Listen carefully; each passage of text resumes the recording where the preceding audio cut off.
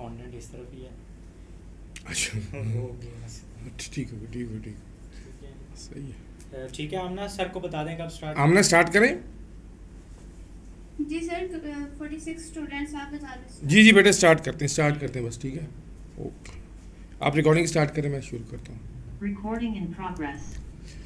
अस्सलाम वालेकुम स्टूडेंट्स, आपका इंस्ट्रक्टर मंसूर फारूकी, और आज हम लोगों ने डिस्कस करना है LMD कैट मंजिल बैच में last quarter of the book, और इसके अंदर मौजूद है electronics, atomic spectrum, modern physics, atomic spectrum and nuclear physics. ये पोर्शन आमतौर पे वो पार्ट ऑफ द बुक है जिसके अंदर बच्चे थोड़ा सा weak in the sense feel कर रहे होते हैं कि जब उन्होंने क्लास में इसको पढ़ा था तो तब उस टाइम वो कहीं ना कहीं किसी ना किसी टेस्ट सेशन में इन्वॉल्व थे और उनके कॉन्सेप्ट्स में यहाँ पे कुछ ना कुछ डिस्टर्बेंस रहती है। लेकिन जब हम लोग एंट्री टेस्ट में आते हैं तो हम इस कमी को दूर करने के लिए इस पोर्शन को बहुत डिटेल से, बड़ा स्लोली, बहुत आराम से पढ़ते हैं, पढ़ाते हैं, ताकि इसमें किसी किस्म की कोई कमी कोताही ना रहे। तो आज हम लोग इसको क्विकली रिवाइज़ करते हैं, और जब हम इसको रिवाइज़ कर रहे होते हैं तो सबसे पहले अगर हम लोग डिस्कशन स्टार्ट करें इलेक्ट्रॉनिक्स से, और जब हम लोग इलेक्ट्रॉनिक्स की बात करते हैं तो हम ये कहते हैं कि हम बेसिकली डिस्कस कर रहे होते हैं इसके अंदर कंट्रोल्ड फ्लो ऑफ करंट को, और इसके अंदर हम लोग स्टार्ट करते हैं बात सेमीकंडक्टर्स, और सेमीकंडक्टर्स की जो टाइप्स हैं आपके पास, इंट्रिंसिक एंड एक्सट्रिंसिक सेमीकंडक्टर्स, और फिर हम लोग सेमीकंडक्टर्स को पढ़ते हुए डिस्कशन करते हैं N type and P type materials की, और उसके बाद हम लोग पीएन जंक्शन को डिस्कस करते हैं, और पीएन जंक्शन को डिस्कस करते हुए हमारे पास एक कॉन्सेप्ट आता है जिसको हम नाम देते हैं फॉरवर्ड एंड रिवर्स बाइसिंग।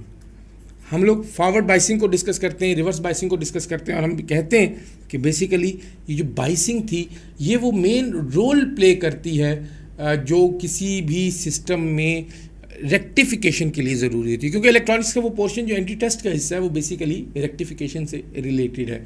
हम लोगों ने रेक्टिफिकेशन की बात की, और जब हम लोगों ने रेक्टिफिकेशन की बात करते हैं तो हम लोग रेक्टिफिकेशन में डिस्कस करते हैं कि किस तरीके से AC को DC में कन्वर्ट किया जा सकता है, और जब हम लोग AC को DC में कन्वर्जन की बात कर रहे होते हैं तो हमारे पास रेक्टिफिकेशन से रिलेटेड बात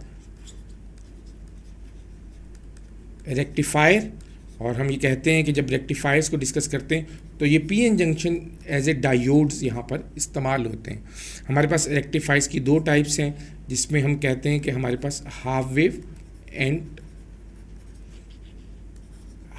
रेक्टिफायर और देन फुल वेव रेक्टिफायर हमने पढ़ने होते हैं। हम लोग जब हाफ वेव रेक्टिफायर की बात करते हैं तो हम ये कहते हैं कि एक सिंगल डायोड हमें चाहिए होता है इसके लिए, और हम with the help of single diode इसको रेक्टिफाई कर लेते हैं। लेकिन जब हम फुल वेव रेक्टिफायर की बात करते हैं तो यहाँ हमारे पास फर्दर दो तरह के रेक्टिफायर आते हैं। एक हमारे पास फुल वेव ब्रिज रेक्टिफायर आता है जिसके अंदर हमारे पास 4 डायोड्स इस्तेमाल हो रहे होते हैं, और एक हमारे पास full wave centre tapped rectifier आता है, full wave centre tap rectifier आता है, और इसके अंदर हमारे पास 2 डायोड इस्तेमाल हो रहे होते हैं। यहाँ पे एक बड़ी इंपॉर्टेंट बात है कि जब भी कोई हमसे पूछता है कि फुल वेव रेक्टिफिकेशन के लिए हमें कितने डायोड चाहिए होते हैं तो हम अपनी मिनिमम रिक्वायरमेंट बताते हैं कि 2 डायोड्स के साथ भी हम काम कर लेंगे। लेकिन अगर वो स्पेसिफाई कर दे कि फुल वेव ब्रिज रेक्टिफायर के लिए क्या होगा तो हम कहते हैं कि 4 ही इस्तेमाल होंगे। तो इसलिए हम ये कहते हैं कि हाफ वेव के लिए हम सिंगल डायोड से गुजारा करते हैं, फुल वेव के लिए हमारे पास 2 हों तो भी गुजारा हो जाएगा। लेकिन अगर आपको फुल वेव ब्रिज रेक्टिफायर वो स्पेसिफाई कर दे तो फिर इसमें बेस्ट ऑप्शन 4 ही रहती है। ये बड़ी इंपॉर्टेंट बात है क्योंकि इस तरह की डिस्कशन हमसे की जाती है, पूछी जाती है, बच्चे कंफ्यूज होते हैं कि सर ये सवाल आ गया, बताएं इस सवाल का क्या करना है, कैसे इस सवाल को हम लोगों ने डिस्कस करना है, किस तरीके से। तो हम ये कहते हैं कि आम तौर पर ये चीज़ बहुत क्लियर होती है, ये चीज़ें बहुत जो है अहम होती हैं कि कैसे हम लोग एक्सप्लेन कर सकें कि जनाब कितने रेक्टिफायर्स चाहिए, कितनी चीज़ें चाहिए, क्या चल रहा है क्या नहीं चल रहा। तो फिर हम ये कहते हैं कि जनाब आपने चीज़ों को कंफ्यूज नहीं करना, आपने परेशान नहीं होना, आपने सिंपल बातों को जहन में रखना है, स्ट्रेट फॉरवर्ड रहें, जो बेस्ट ऑप्शन है उसको मार्क कीजिए। और बेस्ट ऑप्शन में हम लोग ये देखते हैं कि कौन सी चीज़ ऐसी है यहाँ पर इस सवाल में कि जिसके बगैर गुजारा नहीं होता, तो फिर हम कहते हैं कि जी 2 डायोड्स के बगैर गुजारा नहीं होगा। हाँ, अगर फुल वेव ब्रिज रेक्टिफायर कह दे तो फिर 4 डायोड्स के बगैर गुजारा नहीं होगा। तो ये सारी बात हमें बहुत अच्छे से समझनी है। अच्छा जी, उसके बाद हम लोग इलेक्ट्रॉनिक्स से आगे चलते हैं। तो हमारे पास डॉन ऑफ मॉडर्न फिज़िक्स हमारे पास आ जाती है, और हम कहते हैं डॉन ऑफ मॉडर्न फिज़िक्स के अंदर हम लोग जब चीज़ों को पढ़ रहे होते हैं तो हमारे पास बेसिकली जो हमारी डिस्कशन है वो डुअल नेचर ऑफ लाइट है, और हम यहाँ पे उन फिनोमिनास को डिस्कस करते हैं जिसके अंदर light behaves like a particle. और इसमें जो डिस्कशन हमारी स्टार्ट होती है वो स्टार्ट होती है फोटोन के कॉन्सेप्ट से।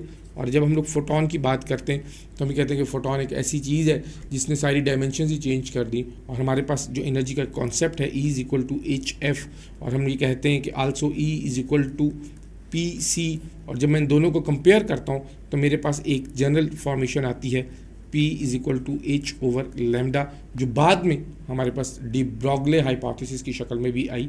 तो हम ये कहते हैं कि ये बहुत अहम बात थी जो हमें पता होनी चाहिए। जब हम डुअल नेचर की बात कर रहे होते हैं तो यहाँ पे हमारे पास मुख्तलिफ एक्सप्रेशन आते हैं, जिसके अंदर black body radiation is one of the most important concept.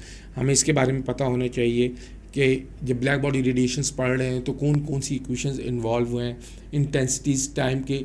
आपके पास 2 एक्सप्रेशंस आते हैं इसके अंदर, लैम्डा और T= बोल्ट्जमैन कांस्टेंट। हमारे पास ये कांस्टेंट के बराबर होती है। यहाँ पे एक इक्वेशन आती है E=σT⁴ fourth power of temperature, Stefan Boltzmann law है, ये हमें बहुत अच्छे से पता होना चाहिए। Photo electric effect most important और मेरा ख्याल है बहुत ज़्यादा डिटेल्ड टॉपिक है जिसको हम लोग यहाँ पे पढ़ते हैं, और जब हम इसको पढ़ते हैं तो हमें बहुत अच्छे से इसको याद भी रखना होता है। फोटो इलेक्ट्रिक इफेक्ट में हम लोग कहते हैं कि जी लाइट जो है सूटेबल फ्रीक्वेंसी की लाइट फॉल करती है, इलेक्ट्रॉन यहाँ से इजेक्ट होते हैं, और जब इलेक्ट्रॉन यहाँ से इजेक्ट हो रहे होते हैं तो इस इजेक्शन ऑफ इलेक्ट्रॉन की बेस पे हम लोग डिसाइड करते हैं कि उनकी इंसिडेंट फोटोन की बेस पे डिसाइड करते हैं कि उस इजेक्टेड इलेक्ट्रॉन की एनर्जी कितनी होगी, उसकी काइनेटिक एनर्जी कितनी होगी। जो इक्वेशन हमें यहाँ पे याद रखनी होती है that is HF=ke phi। phi is the work function, जितनी एनर्जी रिक्वायर्ड है टू ब्रेक द बॉन्ड, और काइनेटिक एनर्जी रिमेनिंग एनर्जी के साथ वो मूव करता है।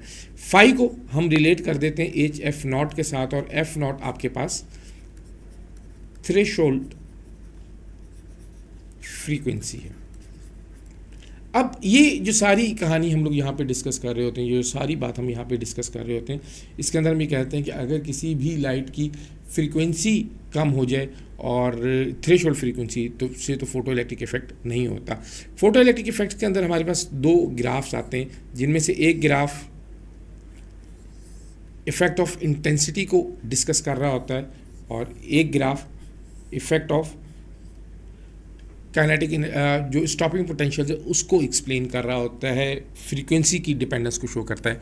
हम फोटो इलेक्ट्रिक इफेक्ट में एक बड़ी अहम बात पढ़ते हैं और समझते हैं, उसमें हमें कतई किसी किस्म का कोई डाउट नहीं होना चाहिए कि आप इंटेंसिटी को जितना मर्जी बढ़ा लें, इट डजेंट मैटर।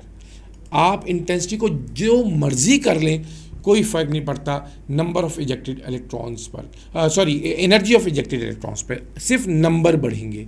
और आपने अगर एनर्जी बढ़ानी है, काइनेटिक एनर्जी बढ़ाना चाहते हैं, तो काइनेटिक एनर्जी बढ़ाने के लिए आपको फ्रीक्वेंसी को इंक्रीज़ करना पड़ता है। फोटो इलेक्ट्रिक इफेक्ट के अंदर हमारे पास मुख्तलिफ इक्वेशंस जो आती हैं, उनमें से एक इक्वेशन काइनेटिक एनर्जी को स्टॉपिंग पोटेंशियल से रिलेट करते हुए हमारे पास ये इक्वेशन आती है जो हमें बहुत अच्छी से याद होनी चाहिए। और ये इक्वेशन है जो आपको बता सकती है कि इजेक्टेड इलेक्ट्रॉन की एनर्जी कितनी होगी, उसकी स्पीड कितनी होगी अगर स्टॉपिंग पोटेंशियल गिवन हो तो ये बात हमें याद रखनी है। यहाँ पर मज़ीद हम लोग जो कॉम्पटन इफ़ेक्ट को डिस्कस करते हैं। Compton effect basically scattering of X-rays को एक्सप्लेन कर रहा होता है, और हमारे पास ये फार्मूला आता है कि जनाब जो आपके पास कॉम्पटन शिफ्ट आ रहा है delta lambda =H/m0 c 1 - cos of θ। ये हमारे पास एक एक्सप्रेशन है जिसको हमने याद रखना है। और फिर हमारे पास पेयर प्रोडक्शन की बात आती है, और पेयर प्रोडक्शन में हम कहते हैं कि this is basically materialisation of energy. और इसके अंदर जो एक्सप्रेशन हमारे पास आया H F is equal to 2m0c² plus kinetic energy of electron plus kinetic energy of positron. और हम ये कहते हैं कि H F must be greater than 1.02 mega electron volt. अगर ये एनर्जी इससे ज़्यादा होगी तो आपके पास पेयर प्रोडक्शन होगी, अगर इस एनर्जी से कम होगी तो पेयर प्रोडक्शन नहीं होती। और फिर हमारे पास डी ब्रॉगले हाइपोथेसिस। जी वालेकुम सलाम। सर ये जो बैक पे आपने ग्राफ बताया ना स्टॉपिंग पोटेंशियल का, जी जी सर इसमें एक क्वेश्चन था कि इसी तरह के मतलब वैल्यूज दी हुई थी, तो उसमें कहा था कि स्टॉपिंग पोटेंशियल कौन सा होगा। जहाँ पे जाके आपके पास जो स्टॉपिंग पोटेंशियल हम उसको कहते हैं जहाँ पे graph meets with the x axis, ठीक है। तो इसमें कौन सा होगा सर, मतलब वैल्यूज अगर ये हो। बेटा जिस जगह पे ग्राफ जाके इसको टच कर देगा ना ग्राफ, वो पॉइंट होगा। मतलब यहाँ पे सब पे पोटेंशियल्स मौजूद हैं, तो जो ये पोटेंशियल होगा ना ये स्टॉपिंग पोटेंशियल होगा। ना सर वो जो दूसरा आपने ग्राफ बनाया ना, तो इसमें वैल्यूज अगर आप दें तो इन दो वैल्यूज अगर आप दें यहीं पे, तो इनमें से मैं कौन कहता सा हूँ 1 होगा? 2 3 4 5। तो इसके अंदर डेफिनेटली बेटा जो आपके पास, अगर आप इस ग्राफ को देख रहे हो तो इसके हिसाब से ये स्टॉपिंग पोटेंशियल है, उस ग्राफ को देख रहे हो तो ये स्टॉपिंग पोटेंशियल है, ओके सर। ठीक है। डी ब्रॉगले हाइपोथेसिस में हमारे पास बुनियादी तौर पे दो इक्वेशंस आती हैं। एक वो इक्वेशन जो इट्सेल्फ डी ब्रॉगले से आती है डायरेक्टली, और एक वो इक्वेशन जो डी ब्रॉगले को डेविसन एंड जर्मर ने जस्टिफिकेशन देते हुए कैलकुलेट की, which is 2me square root. याद रखिएगा अगर आपको स्पीड गिवन है तो आप ये एक्सप्रेशन लेंगे, और अगर आपके पास एनर्जी गिवन है तो आप ये एक्सप्रेशन लेंगे। इन दोनों एक्सप्रेशंस की अपनी अपनी लिमिटेशंस हैं। अगर आपको स्पीड बताई गई है तो हम ये कहते हैं कि वेवलेंथ सिंपली इन्वर्सली प्रोपोर्शनल है मास के, और अगर आपको एनर्जीज बताई गई हैं तो अब आपने जो एक्सप्रेशन डेवलप करना होगा वो वेवलेंथ के square root of the mass के साथ आप एक्सप्रेशन को लिखते हैं और उसको आप कैलकुलेट कर रहे होते हैं। तो ये एक अहम डिस्कशन थी। उसके बाद हमारे पास एटॉमिक स्पेक्ट्रा आ जाता है, और जब हम लोग एटॉमिक स्पेक्ट्रा की बात करते हैं तो एटॉमिक स्पेक्ट्रा में हम कहते हैं कि बुनियादी तौर पे हमारे पास एक एक्सप्रेशन है जो हमें बहुत अच्छे से याद होना चाहिए, and that is 1/λ RH 1/p² minus 1/n²। n basically आपके पास एक्साइटेड स्टेट है, p आपके पास ग्राउंड स्टेट है, r आपके पास रेडबर्ग्स कांस्टेंट है, और लैम्डा वो जो एमिटिंग वेवलेंथ्स हैं। यहाँ पे हम लोग एक और डिस्कशन करते हैं तो हम रेडियस की बात करते हैं n² r1। यहाँ पे हम एनर्जीज की बात करते हैं तो हम कहते हैं -E0/n²। और यहाँ पर हम लोग जो है स्पेक्ट्रम को जब डिस्कस करते हैं तो हम ये कहते हैं HF इज इक्वल टू, अगर मैं इसी एक्सप्रेशन को इस्तेमाल करूँ तो EP माइनस इनफैक्ट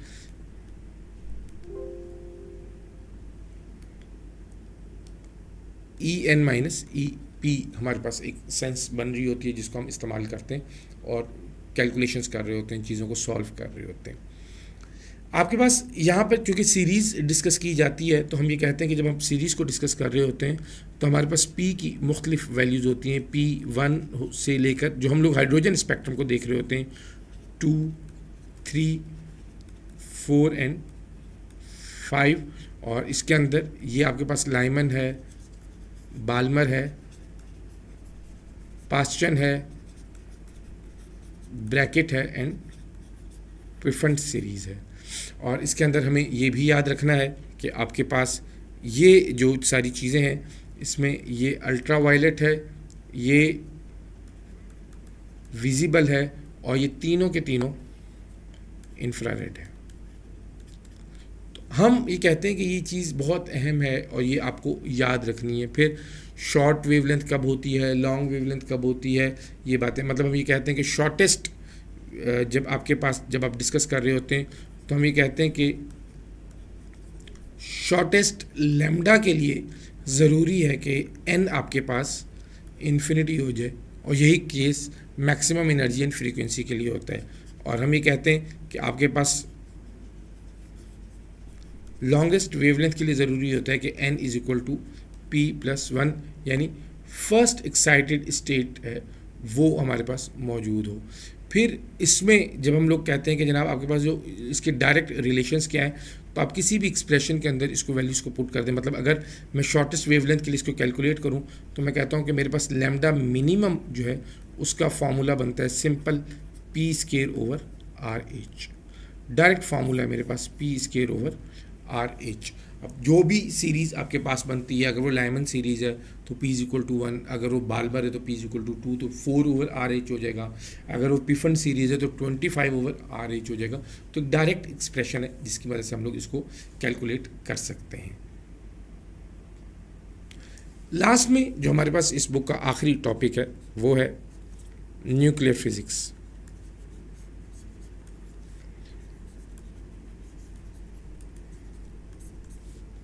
जब हम लोग न्यूक्लियर फिज़िक्स की बात करते हैं तो न्यूक्लियर फिज़िक्स का जो मोस्ट इम्पॉर्टेंट पोर्शन है वो रेडियो एक्टिविटी है। और रेडियो एक्टिविटी को पढ़ते हुए आपको जिस बात के बारे में सबसे अच्छे तरीके से पता होना चाहिए वो दो बातें हैं। एक, न्यूक्लियर ट्रांसम्यूटेशन,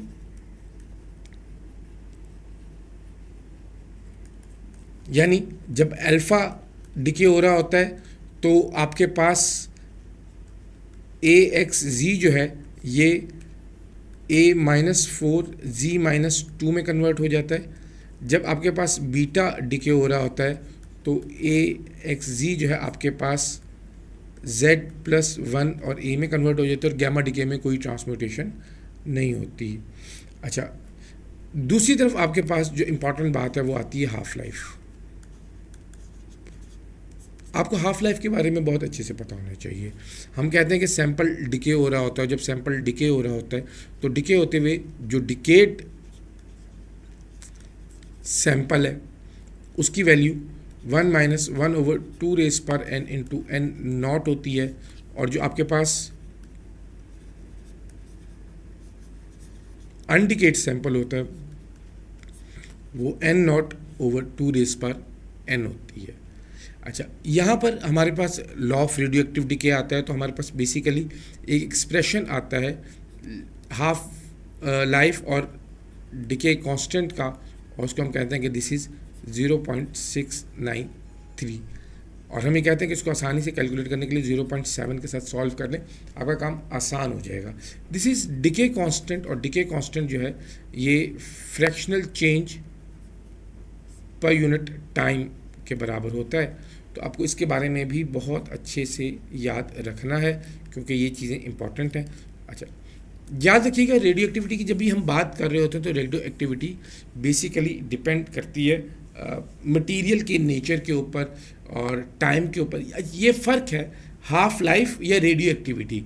तो जब हम हाफ लाइफ की बात कर रहे होते हैं तो हाफ लाइफ एक अलहदा चीज़ है, रेडियो एक्टिविटी एक अलहदा चीज़ है। मटेरियल जितना ज़्यादा होता है उससे उतनी ज़्यादा रेडिएशंस इमिट हो रही होती हैं, उसके उतने ज़्यादा पार्टिकल डिसइंटीग्रेट हो रहे होते हैं, तो हम ये कहते हैं कि उसकी एक्टिविटी ज़्यादा है, तो हम कहते हैं उसकी रेडियो एक्टिविटी ज़्यादा है। जैसे जैसे टाइम गुजरता जाएगा सैंपल कम होता जाएगा, जैसे जैसे सैंपल कम होता जाएगा तो हम कहेंगे उसकी एक्टिविटी में फ़र्क आ गया।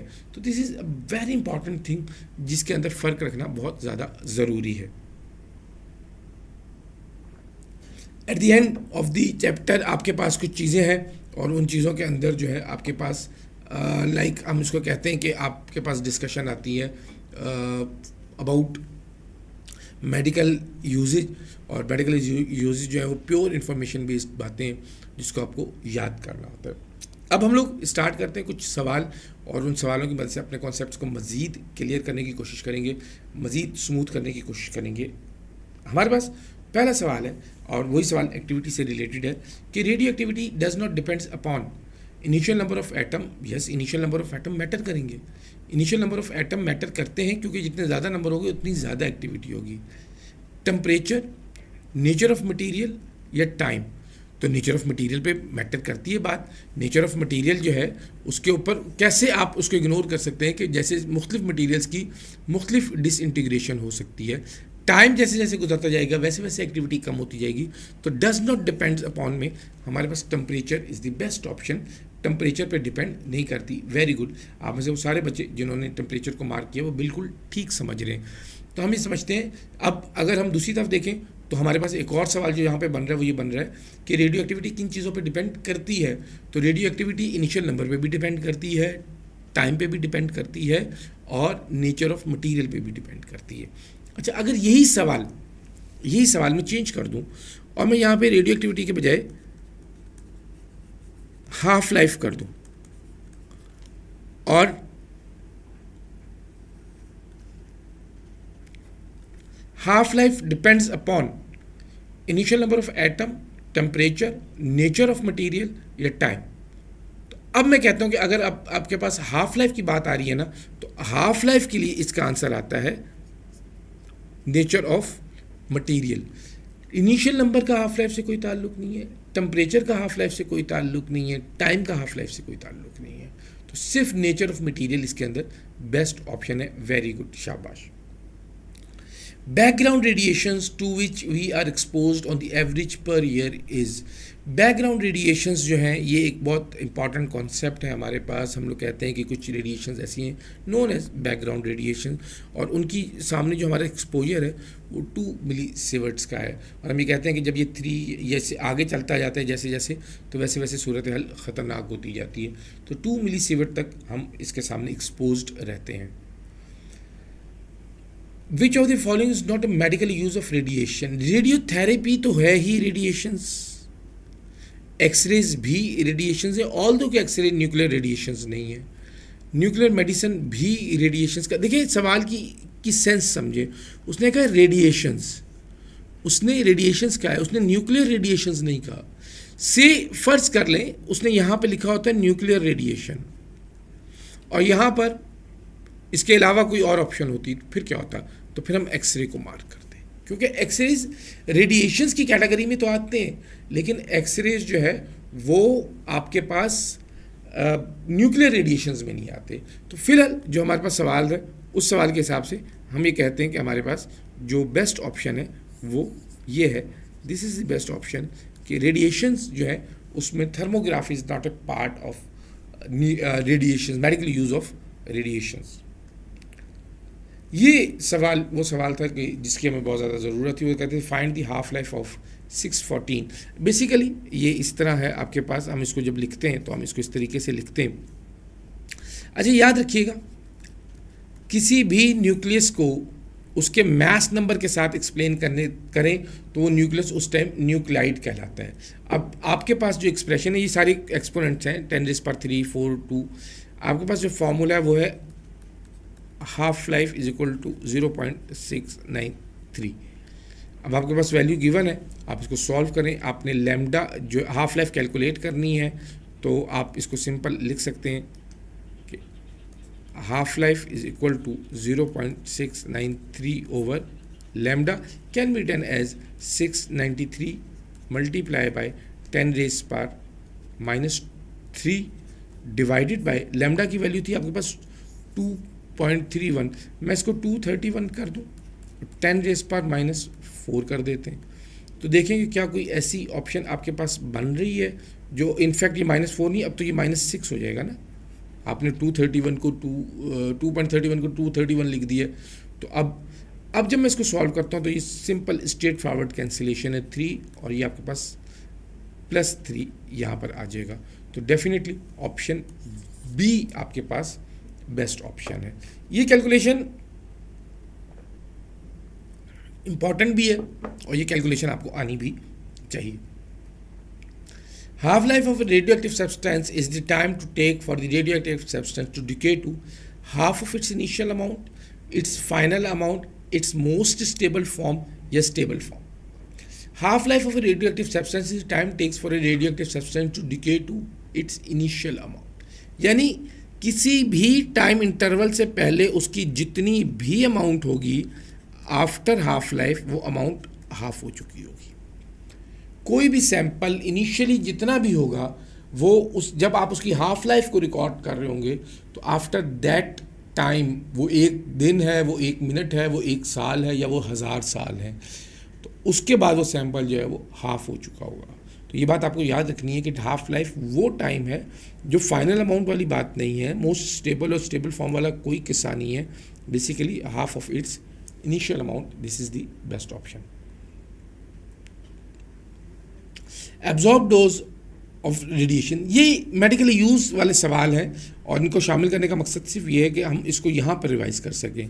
This is basically unit mass ने कितनी एनर्जी एब्जॉर्ब की, यूनिट मास ने कितनी एनर्जी एब्जॉर्ब की। तो हम कहते हैं amount of energy deposit in the tissue by radiation, amount of radiation that is emitted from the source, no.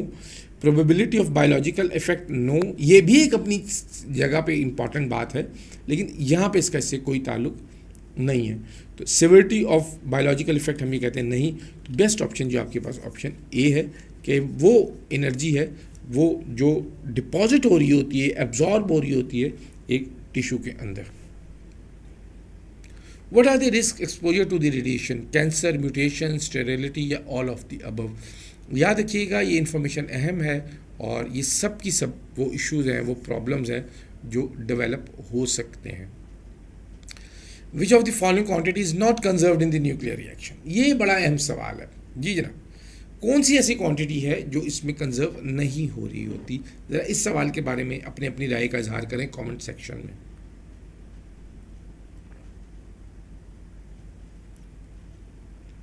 ये बी और सी लिखने वाले तो बिल्कुल ना कुछ भी लिखें।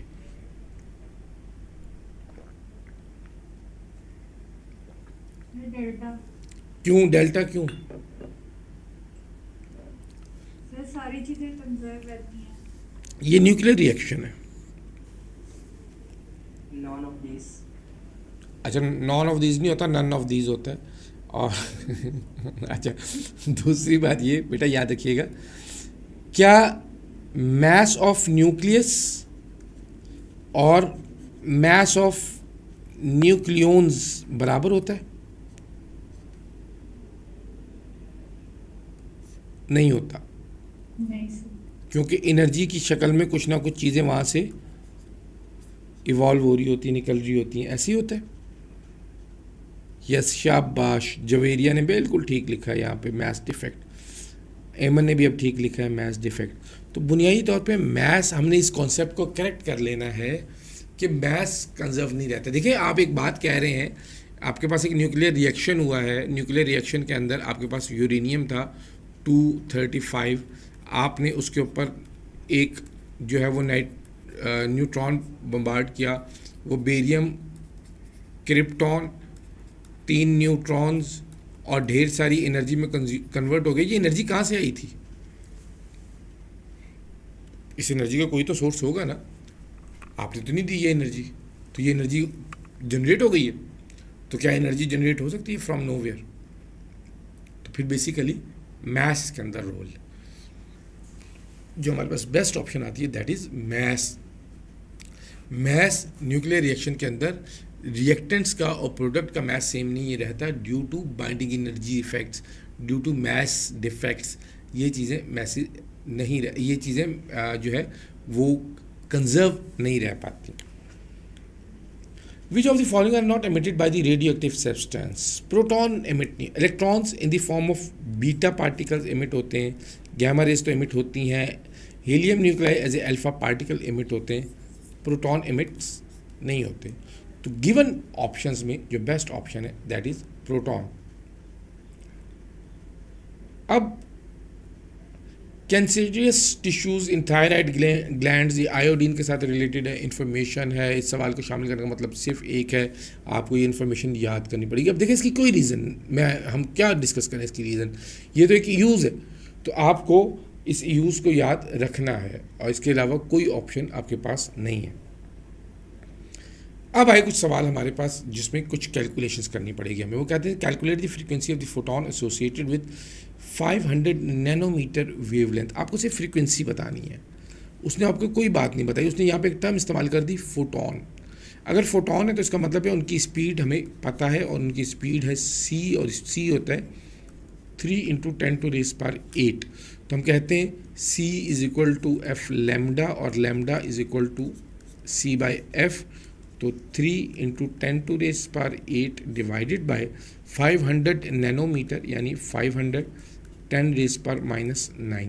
आप चाहें तो आप इसको लिख सकते हैं 3000 10⁵ और ये -9 ऊपर जाकर +9 डिवाइडेड बाय 500, ये कैंसिल आउट, तो इट इज़ सिंपल 6 इंटू 10⁻14। तो ऑप्शन बी बेस्ट ऑप्शन है। ये ए कौन लिख रहा है भाई? ऑप्शन बी बेस्ट ऑप्शन है आपके पास। वैल्यू ऑफ रेडबर्ग कांस्टेंट, ये याद रखिएगा, रेडबर्ग कांस्टेंट का रिलेशन इसके साथ है। Value of Rydberg constant varies atomic number as, ये जो रेडबर्ग कांस्टेंट है ना RH, इसकी वैल्यू चेंज होती रहती है। आपने देखा इसकी वैल्यू थी E/HC। अब E0 जो है ये तो सबके लिए सेम नहीं है, इसकी वैल्यू चेंज होती रहती है जैसे जैसे एलिमेंट चेंज होता है, तो फिर रेडबर्ग कांस्टेंट की वैल्यू भी चेंज होती है। जो आपने रेडबर्ग कांस्टेंट पढ़ते हैं ना, ये आप 1.0974 10⁻7 पर मीटर, ये तो हाइड्रोजन के लिए पढ़ते हैं आप खाली। जैसे जैसे आप आगे जाते जाएंगे वैसे वैसे वैल्यू चेंज होती जाती है। तो हम ये कहते हैं कि बेसिकली ये Z² के हिसाब से वेरी कर रही होती है, चेंज हो रही होती है, और ये आपको याद रखना है। Calculate the wavelength of the photon. अब रिवर्स क्वेश्चन है, फोटोन की वेवलेंथ कैलकुलेट करनी है आपने, उसकी फ्रीक्वेंसी गिवन है। तो हम ये कहते हैं कि अब wavelength is equal to C/F। C की वैल्यू क्या है आपके पास? 3 इंटू 10⁸ और F की वैल्यू क्या है? 3 इंटू 10⁻14। तो बेसिकली आपके पास 1 10⁻⁻6 यानी 1 micrometre. Option C best option है। अच्छा, आप में से अब ना ये मिक्स होना शुरू हो गए कि कौन सी बात किसका जवाब कौन दे रहा है। तो क्वेश्चन नंबर भी नहीं है वैसे, चलें ठीक हो गया। ऑप्शन पूरी लिखें ताकि ज़्यादा अच्छा लगे। ये एक ऐसा सवाल है कि जिसके बारे में हमें बहुत अच्छे से पता होना चाहिए। देखिए, एक्सरेज जो है ना, इसका बिहेवियर बड़ा सिंपल है। आपके पास K�alpha, K⁵, ये दो बड़ा क्लियरली बुक में लिखे हुए हैं। आपके पास शेल नंबर जो होते हैं ना, वो होते हैं K, जब हम देखते रहते हैं तो हम ये कहते हैं KLMN इस तरीके से। तो KLMN ये आपके पास सिचुएशन बन रही होती है, ये सिचुएशन आपके पास डेवलप हो रही होती है। अच्छा, अब वो ये कहते हैं कि इसके अंदर आपने कैसे आप इसको डिस्कस करें, आप इसको कैसे एक्सप्लेन करें कि जनाब हो क्या रहा है। जब आप डिस्कशन कर रहे हैं, आप ये देख रहे हैं कि एक इलेक्ट्रॉन जो है वो न्यूक्लियस, उसके बाद K shell, L shell, M shell और N शेल यहाँ से नीचे की तरफ आ रहा है। तो हम ये कहते हैं कि जब ये L से K की तरफ आते हैं ना, तो ये आपके पास जब L से K की ट्रांजिशन होती है, जब M से K की ट्रांजिशन होती है ना, तो हम ये कहते हैं कि हम इसको यहाँ पे लिख देते हैं कि ये L से K की ट्रांजिशन है, ये आपके पास M से K की ट्रांजिशन है, ये आपके पास N से K की ट्रांजिशन है। और ये क्या चीज़ है? ये बेसिकली N से M की ट्रांजिशन, ये बुनियादी तौर पे N से M की ट्रांजिशन है। अब वो हमसे ये पूछ रहा है कि which X-ray photon will have longest wavelength. याद रखिएगा कि जितना क्लोजिंग, मतलब आप क्लोज होते हैं ना, जितना आप करीब रहते हैं न्यूक्लियस के, उतने एनर्जी लेवल्स ज़्यादा होते हैं, उतने हायर एनर्जी लेवल्स पे रहते हैं। बाकी ट्रांजिशंस जो हैं बड़े एनर्जी डिफरेंसेस को एक्सप्लेन कर रही होती हैं। जैसे आपको अगर याद हो, लाइमन में लाइमन 1 पे था, तो वहाँ पे आपके पास हमेशा जो है वो एनर्जी जो निकलती है वो अल्ट्रा वायलेट होती है। जब आप लाइमन से ऊपर जाते हैं तो वहाँ पे विजिबल, और जब आप जैसे जैसे आउटर शेल्स की तरफ जाते हैं वैसे वैसे आपके पास वेवलेंथ जो है वो लॉन्ग होना शुरू हो जाती है, यानी इंफ्रारेड वाली साइड पे चले जाते हैं। तो इसमें बेसिकली हमारे पास जो बेस्ट ऑप्शन आती है वो आती है M�alpha। M�alpha is the best option जो हम यहाँ पे मार्क करते हैं। The semiconductor diode can be use as a rectifier because, semiconductor diode क्यों ऐसा होता है? तो हम कहते हैं it has low resistance to the current flow when forward biased and high resistance. यही वो बेस्ट ऑप्शन है। और ये याद रखिएगा कि जब भी आपसे कोई पूछे ना कि रेक्टिफिकेशन का की क्या है, बेस लाइन क्या है रेक्टिफिकेशन की, तो याद रखिएगा रेक्टिफिकेशन की जो बेस लाइन होती है हमारे पास वो ये होती है, वो हम उसको कहते हैं diode conducts when it is forward biased only। Diode सिर्फ तब कंडक्ट करते हैं जब ये फॉरवर्ड बाइस्ड होते हैं। जब डायोड रिवर्स बाइस्ड होते हैं तो डायोड कंडक्ट नहीं कर रहे होते। और ये बड़ी अहम बात है, क्योंकि जब अब डायोड की दो ही सिचुएशन है, या वो फॉरवर्ड बाइस्ड है या वो रिवर्स बाइस्ड है। तो जब हम कहते हैं कि वो फॉरवर्ड बाइस्ड होता है तो वो सिर्फ तब कंडक्ट कर रहा होता है, और जब वो तब कंडक्ट कर रहा होता है तो फिर हम कहते हैं कि इसी प्रॉपर्टी को हम इस्तेमाल करते हैं और हम उसको जो है इस्तेमाल करते हैं AC को DC में कन्वर्ट करने के लिए। हम एक्सपेक्ट करते हैं ऐसे सवाल कि हमें इस तरह के सवाल पूछे जाएंगे वहाँ पे। वो कहता है if time period of the input T is the full wave rectifier circuit then time period of the pulsating output. याद रखिएगा जब आप आउटपुट इनपुट दे रहे होते हैं ना, तो इस तरह का इनपुट होता है, ये फुल वेव रेक्टिफायर है, तो जो आउटपुट होता है आपके पास वो इस तरह का आता है। जब आप इस तरह का इनपुट हाफ वेव रेक्टिफायर को देते हैं ना, तो आपके पास आउटपुट जो आता है ना वो इस तरह का आता है। अब ये जो सिचुएशन है ना, ये वो सिचुएशन है जिसके अंदर हम कहते हैं कि अगर आपके पास ये एफ इन थी तो जो एफ नॉट होती है वो 2f इन के बराबर होती है, और अगर यहाँ पर ये एफ इन थी तो जो एफ नॉट है वो बराबर है एफ आउट बेसिकली। तो अगर ये टी इन है तो जो आउटपुट पे टाइम पीरियड होता है वो इनपुट टाइम पीरियड का हाफ हो जाता है। तो बेसिकली ऑप्शन बी यहाँ पर बेस्ट ऑप्शन है कि फ्रीक्वेंसी डबल हो जाती है और टाइम पीरियड जो उसका वो रिड्यूस टू हाफ हो जाता है। The simplest type of rectification known as half wave rectification it obtained by using transistors suppressing the harmonics in AC voltage suppressing half wave of the AC supply। हम जो एक wave आधी wave जो है उसको सप्रेस कर देते हैं, उसको डिक्रीज कर देते हैं, और उसको डिक्रीज करने के बाद हम उससे जान छुड़ा लेते हैं।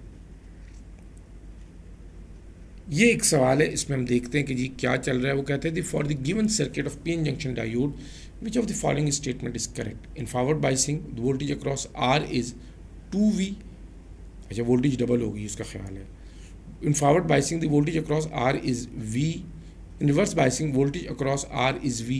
In reverse biasing voltage across R यहाँ पे ड्रॉप हो रहा है, तो हम कहते हैं सारा पोटेंशियल यहाँ पे ड्रॉप हो रहा है। तो बेसिकली ऑप्शन बी हमारे पास बेस्ट ऑप्शन है कि in forward biasing the voltage across R is V। ये एक बड़ा अहम सवाल है और बड़ा डिटेल्ड न्यूमेरिकल है, इसको आपने बहुत अच्छे से देखना है। वो कहते थे radio station emit 10 kilowatt power of 90.8 megahertz, और वो ये कहता है कि find the number of photons emitted पर सेकेंड।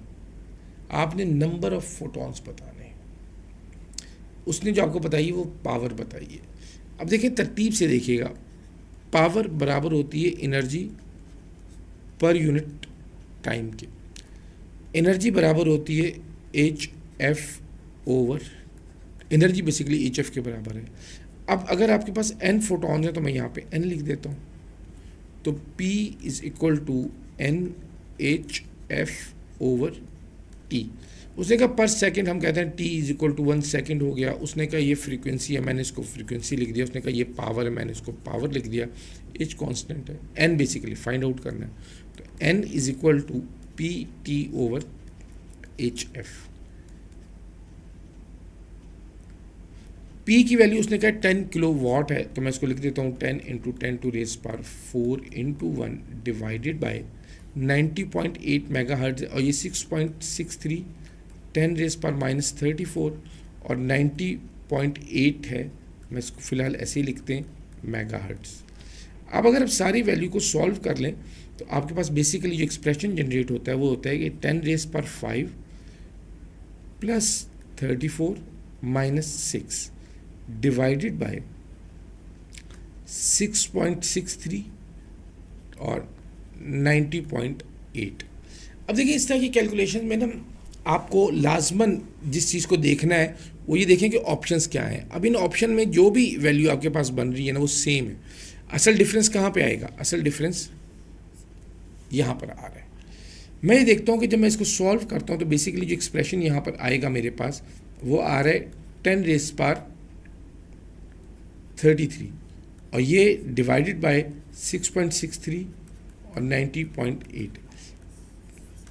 ये चीज़ समझना बड़ा ज़रूरी है कि अगर आप 90.8 को 6.63 से मल्टीप्लाई करने चले गए तो ये बड़ा देर का बड़ा तवील टाइम लग जाएगा। हम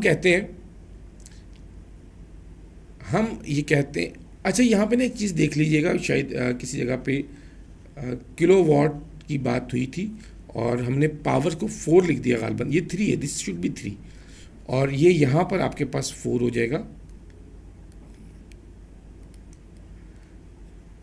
वो मेरे दिमाग में चल रहा था कि 10 किलोवाट को 10⁻4 डायरेक्ट लिख सकते हैं, बस वही मैंने वहाँ पे भी ट्रांसलेट कर दिया। तो अच्छा जी, अब जब मैं इसको देखता हूँ और सॉल्व करता हूँ तो मैं कहता हूँ ये बेसिकली बन गया 32। मैं इसको 91 कर दूँ, इसको 7 कर दूँ, आसान हो जाएगा ना काम मेरे पास। ये आपके पास मल्टीप्लाई होकर 7 और 9 के साथ करेंगे तो 663। आपके पास दोबारा देखिएगा, सॉरी, ये 7 और ये 9 के साथ करेंगे तो ये वैल्यू बनेगी। अब एक बात बड़ी क्लियर हो गई कि अगर आप 1 को 637 के साथ डिवाइड कर रहे हैं तो हमारे पास एक मेथड यही बनता है कि मैं इसको 1000 कर दूं और इसको 10⁻29 कर दूं। बेसिकली मुझे इसे सॉल्व करना है। तो अगर 1000 को 500 पे डिवाइड करते तो आंसर 2 आ रहा था ना। अगर आपने इसको 637 पे डिवाइड करेंगे तो आंसर 1 पॉइंट समथिंग आएगा। जो इंपॉर्टेंट बात है वो ये है कि 10 की पावर 29 ही रहेगी, वो चेंज नहीं होगी अब। तो डेफिनेटली 10 की ये जो पावर है ना आपके पास, this is the best option. इस बात को देखें, इस कैलकुलेशन को देखें कि इसके अंदर ए कैसे आ गया भाई। दोबारा से देखें इस सवाल को ना ज़रा हम यहाँ पे करते हैं, क्योंकि अभी तक ब्लैक स्क्रीन नहीं ना ओपन की थी तो वो हम उसको मिस कर रहे थे। अब देखो आपके पास कैलकुलेशन थी power is equal to NHF/T।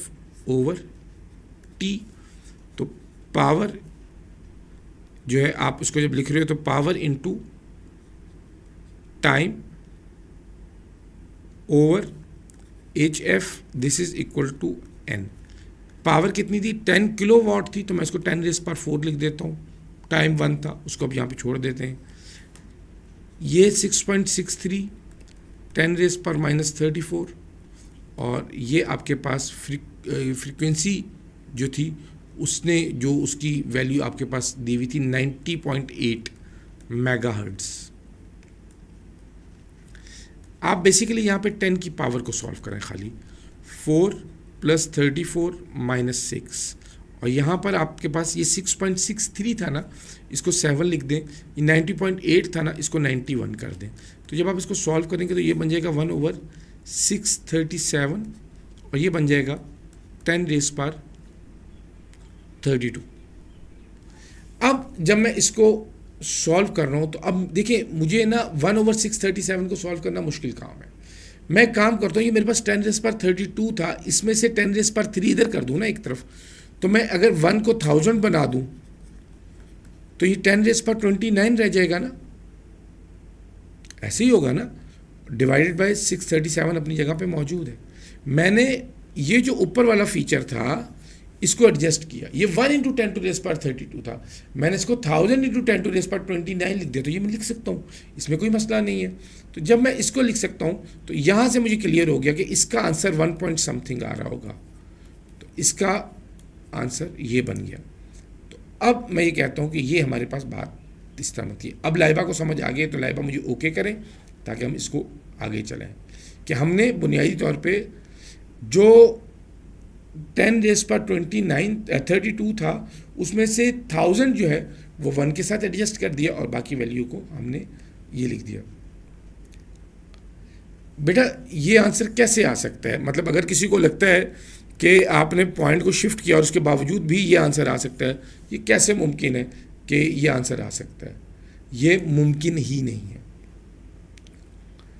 Which experiment provided strong evidence for the wave particle duality? Double slit, photoelectric effect, Compton effect या Stern-Garlick experiment? Stern-Garlick experiment basically nuclear physics से related है। Compton effect, photoelectric effect या double slit, basically ये जो photo electric effect है ना, ये तो पार्टिकल नेचर ऑफ लाइट को बता रहा है। कॉम्पटन इफेक्ट भी पार्टिकल नेचर ऑफ लाइट को बता रहा है। ये एक्सपेरिमेंट है जो डबल स्लिट एक्सपेरिमेंट है, बेसिकली ये वेव पार्टिकल डुअलिटी को एक्सप्लेन करता है। ये वो एक्सपेरिमेंट है जो कहता है कि अगर electron as a particle behave कर रहे हैं तो उन्हें सिर्फ उस जगह पे स्पॉट करना चाहिए था जहाँ पे जाके टकराते हैं, लेकिन ये वेव की तरह बिहेव कर रहे हैं तो यहाँ पे आपके पास पैटर्न्स डेवलप होना शुरू हो जाते हैं। तो double slit experiment best option है। In the photoelectric effect, a frequency of incident light remains constant. The material is replaced with one having higher work function. What will happen to the maximum kinetic energy of the emitted electron? क्या होगा उसके साथ जो emitted electrons जो हैं उनके अगर हम देखें तो हम ये कहते हैं कि उसके साथ होगा ये कि आपके पास जो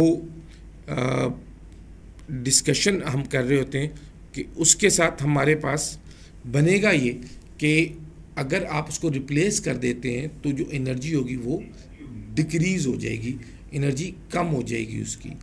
तो ये सारी बात थी। अब इसके बाद जो है हम लोग ये करते हैं कि अब आपके माइक्स ओपन किए जाएंगे और इससे रिलेटेड जितनी भी कोई बात आपने पूछनी है आप वो ज़रूर पूछें।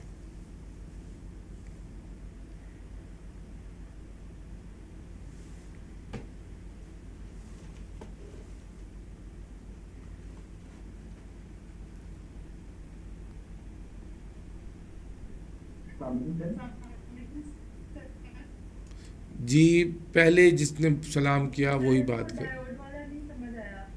क्या बेटा डायोड वाला क्या नहीं समझ आया? मैं डायोड वाला बेटा आप मुझे आपकी आवाज़ नहीं समझ आ रही, आपके मुझे डायोड नहीं समझ आया। वालेकुम सलाम।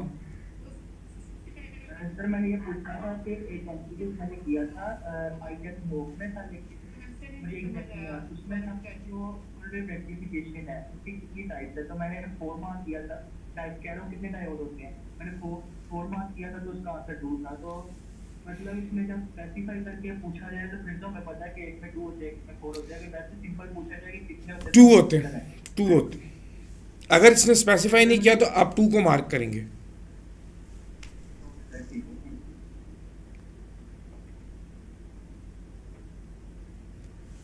जी वालेकुम सलाम।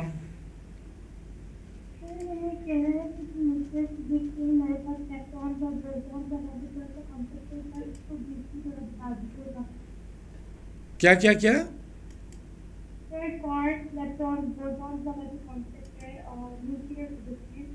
बेटा आपने इसका लेक्चर नहीं सुना हुआ, आपने इसका बेटा ये तो हम क्विक रिवीजन में है ना, आप जो बात पूछिए आप इसकी आपके पास पोर्टल पे इसका लेक्चर मौजूद है, आप उसको एक दफ़ा जाके देखें ना।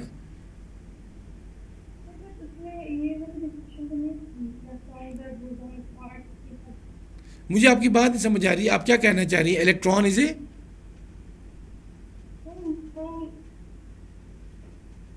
आप कमेंट सेक्शन में लिखिए, आपकी आवाज़ नहीं समझ आ रही।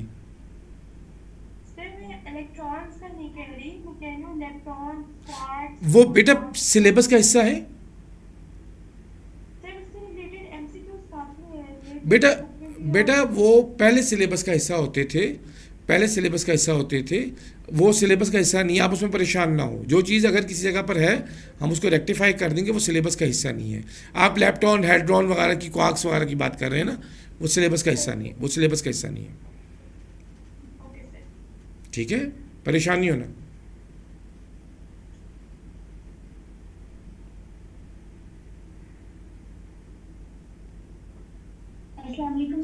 वालेकुम सलाम। सर मैंने एक स्टेटमेंट आपसे कंफर्म करनी थी और वो ये था कि जो रेट ऑफ रेडियोएक्टिव डिके होता है वो inversely proportional to stability of material होता है ना? रेट ऑफ रेडियो एक्टिविटी किसके इन्वर्सली प्रोपोर्शनल होता है? Rate of radioactivity sir, stability of material sir. बेटा स्टेप जो पहली टर्म आप बोल रही हैं वो नहीं मुझे समझ आ रही है। आप rate of radio activity stability के इन्वर्सली प्रोपोर्शनल होता है। जितना ज़्यादा रेट होगा उतना मटेरियल जल्दी स्टेबल हो जाएगा। ऐसे होता है बेटा। हाँ कह सकते हैं, कह सकते हैं, कह सकते हैं। क्योंकि एफटीटी में ये डायरेक्टली प्रोपोर्शनल लिखा है, लेकिन ज़्यादातर मैंने जो सर्च किया है उसमें वो इन्वर्सली बेटा ये सर्चिंग वाले काम से निकल आए प्लीज़। पता नहीं क्या क्या सर्च करते रहते हैं आप लोग चीज़ें, और उसके बाद जो है ना कंफ्यूज होते रहते हैं। तो सर इसकी फाइनल स्टेटमेंट में कौन सी देखें किसी मटेरियल, वैसे ना एक मिनट इसको हम डिस्कस कर लेते हैं। किसी मटेरियल का rate of radioactive decay जितना ज़्यादा होगा, मतलब कम टाइम में ज़्यादा डिके हो रहा होगा, उतना जल्दी वो स्टेबल हो जाएगा। वैसे ये तो ऐसे होना चाहिए, rate of radioactive decay stability के डायरेक्टली प्रोपोर्शनल होना चाहिए। ठीक है, थैंक यू सर। सर इस वाले में या अगर आप एक मिनट बेटा, या अगर इस बात को इस सेंस में देखा जाए कि rate of radioactive decay और स्टेबिलिटी, जो मटेरियल ज़्यादा स्टेबल होते हैं, मुश्किल से टूटते हैं, उनका रेडियो एक्टिविटी कम होता है। अगर इस सेंस में देख रहे हैं आप तो ये इन्वर्सली प्रोपोर्शनल है। जी बेटा अब आप बोलो।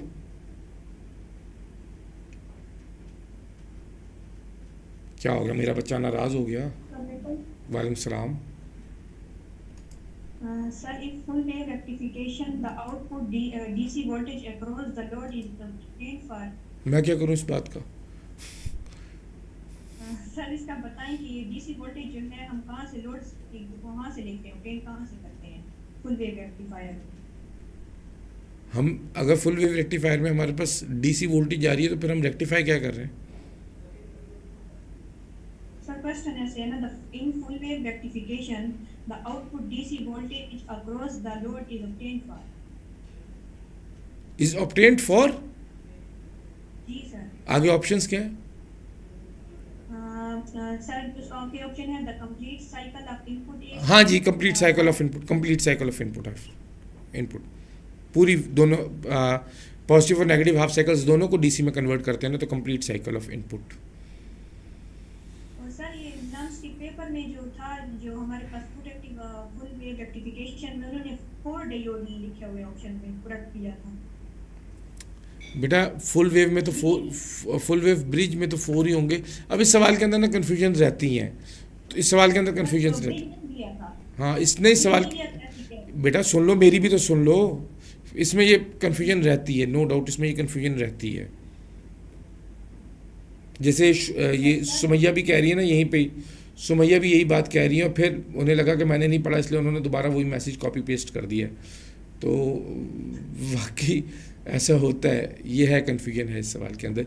I think it should be clear कि फुल वेव है या हाफ वेव है। Okay sir. सर ये जो हमारे पास शॉर्ट ट्रिक आपने बताई थी हमें, उसमें एक बार फिर तो बता दें वो एटॉमिक स्पेक्ट्रा वाले। बेटा वो लेक्चर आपके पास मौजूद है ना, उसे दोबारा देख लें। Okay sir. सर एक क्वेश्चन करवा दें। क्यों बताओ बेटा बताओ। अल्फा डीके वाले और वो बीटा डीके वाले। बेटा आप उसके लेक्चर क्यों नहीं सुनते? बेटा ये पोर्टल पे लेक्चर्स क्यों हैं? ये पोर्टल पे लेक्चर मेरे बेटे इसलिए हैं ताकि आप उनको बार बार सुन सको। Okay sir. ठीक है, आप उसे दोबारा सुन लें। सुमैया क्लियर हो गई बात तो ओके कर दें।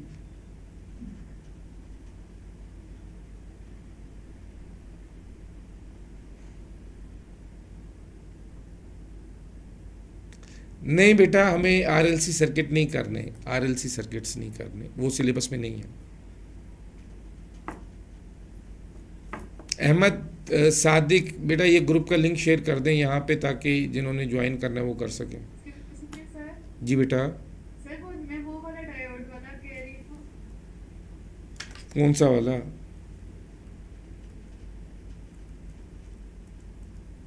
सर वो जो क्वेश्चन के अंदर फिगर के अंदर डायोड वाला था ना, वो वाला।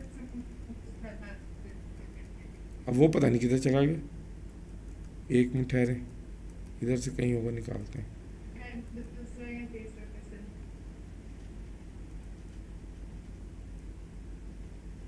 ये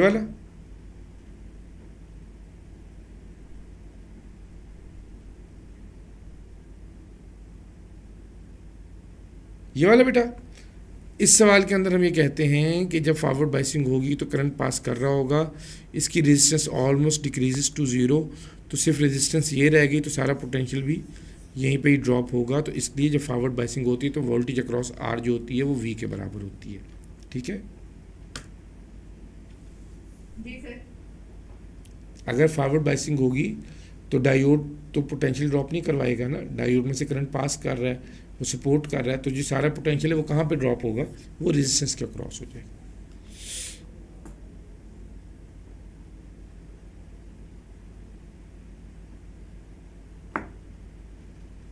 ठीक है जी, नेक्स्ट कोई है?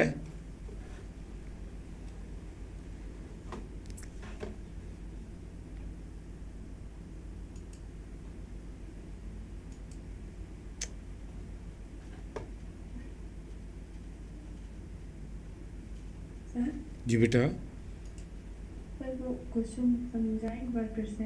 कौन सा वाला?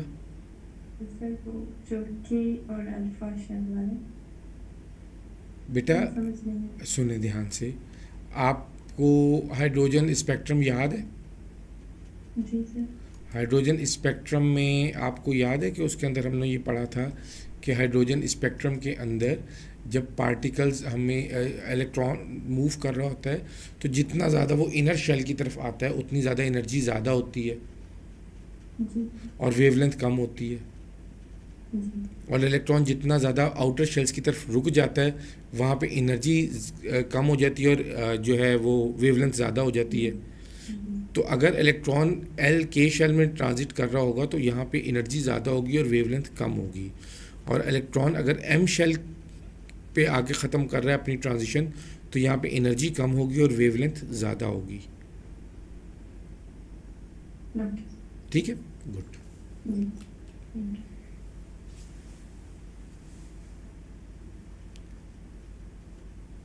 यू। जी नेक्स्ट। सर वही जो मैंने अभी आपसे क्वेश्चन किया था रेडियो एक्टिविटी वाला, मैंने आपसे पूछना था अगर मेरे एग्जाम में ऐसा कोई क्वेश्चन आ जाता है तो जैसे मेरी बुक में एफटीबी में डायरेक्ट रिलेशन लिखा हुआ है, आप तो इसको मैं डायरेक्ट उसको आप mark हाँ जी बिल्कुल, आप अपनी बुक को फॉलो करें, लाजमन फॉलो करें अपनी बुक को। Okay thank you sir. ठीक है जी। जी नेक्स्ट कोई है?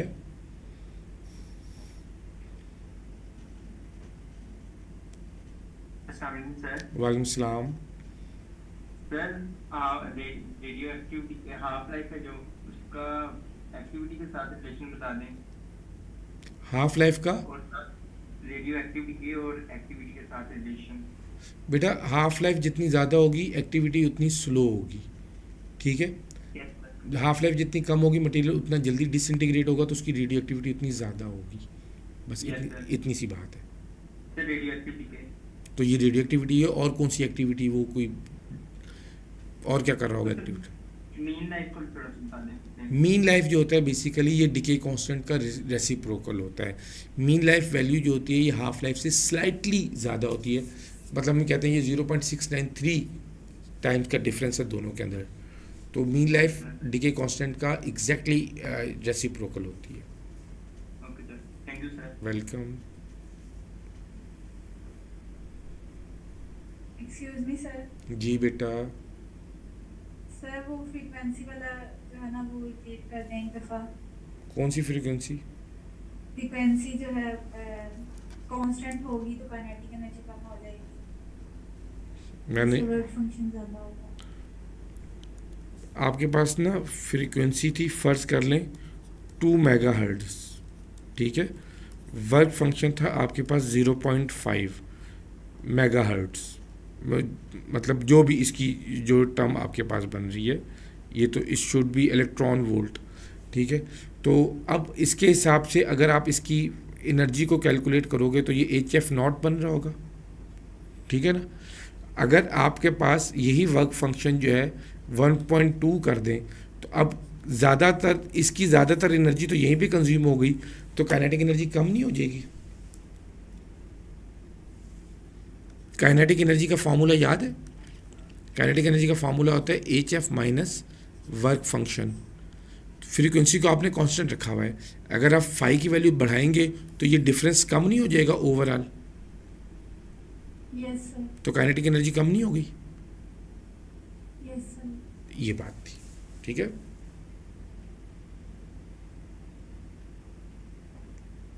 जी नहीं बेटा, हाफ लाइफ आपको याद रह ही नहीं सकती है मन, ठीक है। वालेकुम सलाम। सर ये मेरा क्वेश्चन है कि which of the following transition in hydrogen atom emits a photon of lowest frequency? इसमें दो जो ऑप्शन है ना इसके, उसमें कंफ्यूजन होती है। एक होता है कि n is equal to 4 से 3 में जाएगा तब लोएस्ट फ्रीक्वेंसी होगी, या n is equal to 4 से 2 में जाएगा? बेटा जितना बड़ा डिफरेंस होगा उतनी ज़्यादा एनर्जी होगी। तो सर अब जब डिफरेंस कम हो गया तो फिर एनर्जी और फ्रीक्वेंसी भी बस ये कंफ्यूजन दूर हो गई, अब ना होने देना ये कन्फ्यूजन। जी सर। गुड, शाबाश, जीती रहो।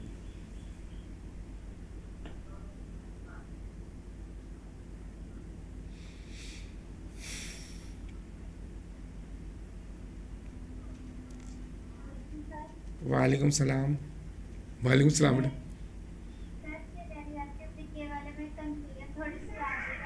क्या? पहले तो इस बच्चे को चुप कराओ जो तुम्हारे पीछे रो रहा है। अब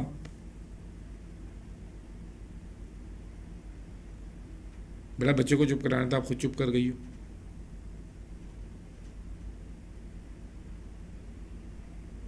सॉरी सर। कोई मसला। अगर रेडियोएक्टिविटी के डायरेक्टली प्रोपोर्शनल है स्टेबिलिटी के, और यहाँ पे आगे ये भी लिखा है कि half life is the measurement of stability of radioactive element, यानी हाफ लाइफ भी फिर डायरेक्टली प्रोपोर्शनल होगी ना रेडियोएक्टिविटी? नहीं, उसने ये तो नहीं कहा कि मेजर ऑफ, उसने तो ये कहा है कि आप हाफ लाइफ से अंदाज़ा लगाते हैं कि वो कितना मटेरियल स्टेबल है। सर फिर ये इनवर्सली प्रोपोर्शनल है? बेटा इनके अपने अपने रिलेशंस हैं। देखें, जिसकी हाफ लाइफ जितनी ज़्यादा होगी मटेरियल उतना स्लोली डिके होगा। मटेरियल जितना स्लोली डिके होगा इसका मतलब है उसकी एक्टिविटी कम है। सर जी सर एक क्वेश्चन है। जी मुझे पता है। Decay rate of radioactive substance बोलो। The decay rate of radioactive substance is constant with time, varies inversely with time, decreases exponentially with time, decreases linearly with time. Decay rate है? Yes sir, decay rate of radioactive substance. Decay rate बेटा जैसे जैसे वक्त गुजरता जाता है वैसे वैसे डिके रेट कम होना शुरू हो जाता है। Sir inversely with time बनेगा? इन्वर्सली विद टाइम होता है। लैम्डा जो है टाइम के साथ इन्वर्सली रिलेट करता है ना, delta N over T. Sir वैसे ना एक्सपोनेंशियली होना चाहिए। उसकी वजह ये है कि हमारे पास जो ग्राफ आता है ना उसका, वो ग्राफ इस तरह का आता है, तो ये एक्सपोनेंशियली डिक्रीज आना चाहिए इसके अंदर। ये स्मूथ, ये लीनियर डिके नहीं है, ये लीनियर डिक्रीज नहीं है, ये एक्सपोनेंशियल डिक्रीज होता है इसका। Okay sir. अस्सलाम वालेकुम सर। वालेकुम सलाम। सर एक क्वेश्चन था, मैसेज से रिलेटेड था वो। जी जी। The masses of two radioactive substances are same and their half-lives are 1 year and 2 years respectively. The ratio of their activities after 6 years will be. Sir की ratio निकालने जा रही है। देखें, आपके एक के पास एक की हाफ लाइफ गुजर गई है, एक की 6 हाफ लाइफ्स गुजर चुकी हैं और एक की 3 हाफ लाइफ्स गुजर चुकी हैं। तो जिसकी 6 हाफ लाइफ्स गुजर चुकी हैं उसकी एक्टिविटी 2⁻6 डिक्रीज़ हो चुकी है, जिसकी 3 हाफ लाइफ्स गुजरी हैं उसकी एक्टिविटी 2⁻3 डिक्रीज़ हो चुकी है। इसकी रेशो कैलकुलेट, अगर ऑर्डर ये है 6 और 3 वाला, तो फिर आपके पास जो आंसर आएगा वो 1/2⁻3 आ जाएगा। इसको जब सॉल्व करेंगे तो वो आंसर आता है। सर इसका फिर 1:8 होगा ना? 1:8 होगा जी। सर बुक में ये आंसर ही नहीं है तो फिर वो ऑप्शन में नहीं होगा? क्या ऑप्शंस क्या है? सर उधर 1:4, हम्म। 4:1, 3:2 and 1:6. नहीं, 1:8 होना चाहिए बेटा। जी okay, thank you so much sir. और वेलकम। से कोई क्वेश्चन था? ऐसा मैं सीख नहीं रही।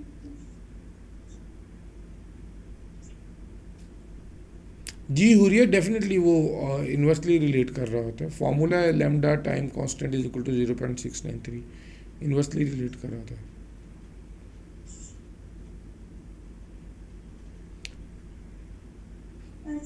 An electron jumps from fourth orbit to second orbit of hydrogen atom. Give the Rydberg constant. Given the Rydberg constant is R 10⁵ cm/centimeter. The frequency in hertz of the emitted radiation will be. फिर इसमें हम Rydberg constant को centimetre और metre में convert करेंगे?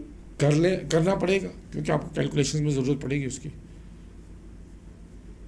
तो उसमें वैसे आंसर नहीं आ रहा है। कैलकुलेशन आपने फार्मूला क्या लगाया है? जी सर मैं एक सेकंड फॉलो सर, वो 1/r = r और ब्रैकेट्स में जो 1/n²। लेकिन आपने तो फ्रीक्वेंसी कैलकुलेट करनी है ना। तो सर वो बाद में c और लैम्डा। नहीं तो आप इस फार्मूले को क्यों नहीं, आप डायरेक्ट इस फार्मूले को क्यों नहीं इस्तेमाल कर रहे? इससे नहीं होता ये जो है आपके पास formula HF = E/p², in fact p² और -E/n² या जो भी फार्मूला जिस भी ऑर्डर में आप लिखें, p को यहाँ पे 4 कर दीजिएगा और इसको यहाँ पे 2 कर दीजिएगा, और ये E जो है आपके पास वो 13.6 है, मतलब नहीं ये यहाँ पे 2 हो जाएगा और ये यहाँ पे 4 होगा इनफैक्ट, और ये 13.6 इलेक्ट्रॉन वोल्ट है। कन्वर्ट कर दें जाउल में, ज़्यादा अच्छी बात है। तो यहाँ से भी तो हो सकता है ये डायरेक्ट।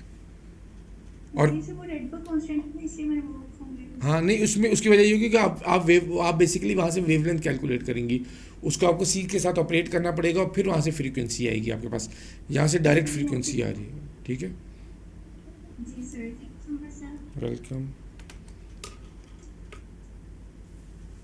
अस्सलाम वालेकुम सर। वालेकुम सलाम बेटा। एक क्वेश्चन था कि a cesium photocell with a steady potential difference of 60 volts across it is illuminated by small bright light placed 4 meters away. When the same light is placed 2 meters away, the electron crossing the photocell is. So इसमें जो था answer में इसमें था कि each carry 1/4 of the previous energy और था previous 1/4। बेटा ये फार्मूला होता है, ये फार्मूला होता है, ये फार्मूला होता है। जब आप डिस्टेंस को कम करते हैं ना तो वो 4 टाइम्स बढ़ जाएगा फैक्टर, ठीक है।